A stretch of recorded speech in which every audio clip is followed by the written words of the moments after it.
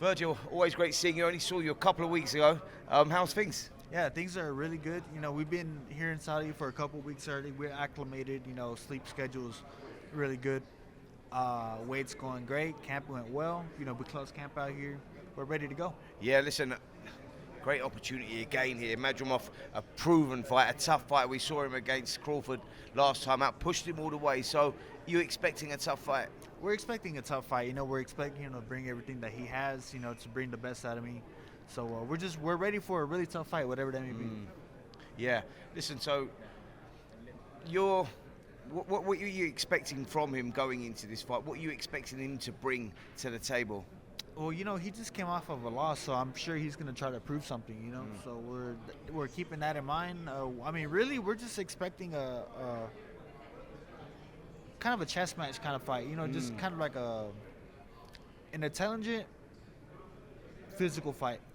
Well, that's what he is, isn't he? That's what he brings. Like, he done that with Crawford as well, where he holds his ground and he pushes forward, he throws punches in bunches. Similar to yourself, you're a guy that likes to go forward, so this stylistically looks like a great matchup, a great fight for the fans. I agree. It's going to be pretty much non-stop action, if I'm being honest. It's chess match at the same time. There's going to be some thinking, but I don't think there's going to be too many low points in the fight. Talk to me a little bit about you come through this fight against Madrimov. Where do you see yourself going after that? What are the fights that you're chasing right now?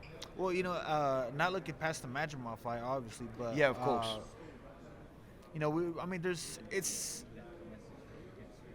There's a lot of fighters to choose from, right? But it's not even really up to me, because they know that I'm gonna say yes to everybody. So it's just like, because even before this fight, we said yes to like 3-4 different names, but they said, you know what, just scratch all that. We're gonna. Do you want to fight Madrimov? I'm like, of course. It's like yes. So it's not even really up to me. If they put him in front of me, I'll take him out. More about this. Saudi Arabia, you're over here now. How have you found the experience? You enjoying boxing over here? I mean, they're a huge part of boxing now, right? Yeah, they're very. I wouldn't even say they're part of it. I think they're running boxing at this point. They're making all the big fights happen. They're the fights that everyone wants to see. So I think they're doing a really good thing for the sport of boxing. Teofimo Lopez has been rumored to be fighting and possibly in Alcatraz. I want to go in San Francisco. I want to go so bad. Listen, not only want to go, mate. Do you actually want to be on the card? I mean, that would be insane, right?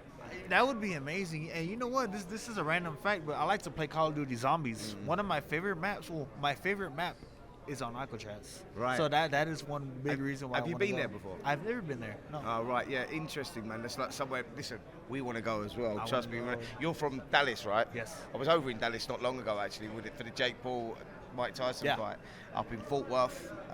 It was incredible. Arlington, Fort Worth. It was incredible. But do you know what it was like? It was like. It's like that part of the world has not got caught up in the politics of anything. It's like going back in time. It's like someone picks you up and drops you in a movie. Yeah. It's quite crazy, man. Yeah. It is. That's how it is. Fort Worth is like that. You know what? Fort Worth and Dallas they're right next to each other, but they're two distinct cultures. Fort Worth is like, it's called Cowtown. Just very Western. Like that. Dallas is a little more modernized, but you still got your areas that are kind of Western in a way. But I'm right in the middle. Grand Prairie is like, it has a good mix of both. Right. I kind of in the south too, so it's a little more rural, a little more country as well. Yeah. So we got the best of best of both worlds over there. You got a horse? I don't have a horse. You don't have a horse? I got a Mustang. I got a Mustang. Right. A little bit faster than a horse. Can you ride a horse? I've ridden a horse. Yeah. Wow, brilliant. Listen, I want to talk about the top of the bill here as well. We've got to talk about that Dimitri Bivol, better BF. How do you see that fight going? And how did you see the last one? I didn't see the last one. Right. I didn't see. I was on a plane, so I didn't get to see it, and I just haven't gone back to watch it. But from the highlights, I saw that it was a very competitive fight, a very close fight. So I can't tell you who I thought won, but what I can tell you is it's. I think I don't want to say it's personal this time, but of course, Bivol's gonna want to win the rematch, and I heard a lot of people say that Better Beef. This is them saying that he robbed them. So I'm sure Better Beef also has something else to prove as well. So I think this has gotten a little. I think they're a little more personally, interested in this fight. So it's going to be a good one. How do you steal the show? People talking about this being the best card ever, and you look down at this man and you look at the fights and it's absolutely insane. Yeah. How do you steal that show?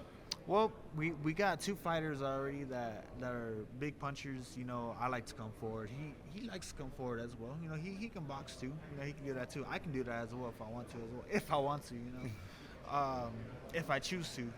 But you know,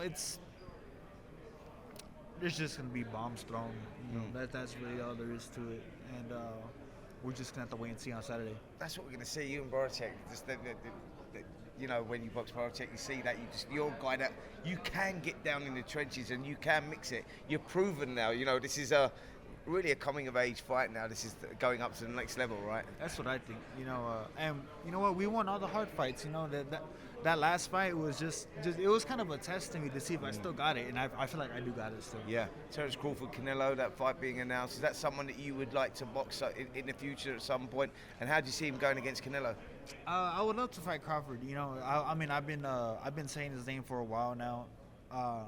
As far as the Canelo fight, I think he's too small. I'm just being honest. I think he's too small. You know, I think he weighed in at 180 recently. Yeah. But that's a different 180. You know, he's not a true super middleweight. You know what I mean? Like, you can gain the weight, you can get the muscle, but it's like there's a difference. You know.